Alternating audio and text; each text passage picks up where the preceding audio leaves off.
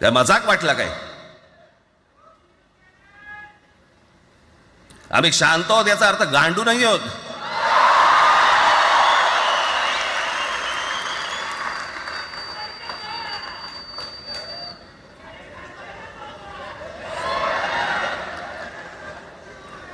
काही अंगावरती लादायचा प्रयत्न करतात आणि मग आता माघार घेतली ना,